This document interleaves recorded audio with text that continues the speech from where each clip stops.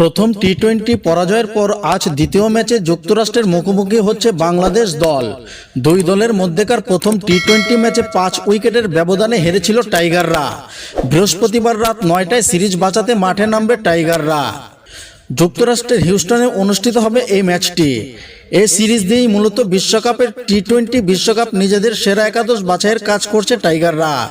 হিউস্টনের Perry View cricket complex wicket সম্পর্কেও যথেষ্ট ধারণা নেই ক্রিকেটারদের, যে কারণে প্রথম ম্যাচে যুক্তরাষ্ট্রের বিপক্ষে কিছু বুঝে ওঠার আগেই হেরে বসেছে তারা।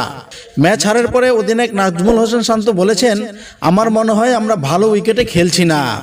তবে শান্তর এমন মনোভাবের কারণে দেশ থেকে সমালোচনা হয়েছে।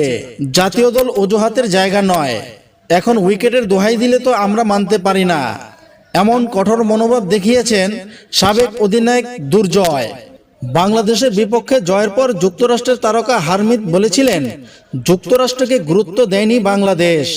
টিম টাইগার্সদের পরাজয়ের পেছনে এটিকেই বড় কারণ হিসেবে দাঁড় করিয়েছিলেন ভারত থেকে যাওয়া এই তারকা। দ্বিতীয় ম্যাচে বাংলাদেশ নিশ্চিতভাবেই স্বাগতিকদের শক্ত প্রতিপক্ষ হিসেবেই বিবেচনা করবে। বন্ধুরা, হারমিতের কথার সঙ্গে আপনারা কি একমত? এবং বাংলাদেশ আজকের ম্যাচে কি করবে বলে আপনার মনে হয়? অবশ্যই কমেন্টস বক্সে ম্যাচ শুরুর আগে ফটাফট জানিয়ে দিন। S A Arman, Anas cricket BD.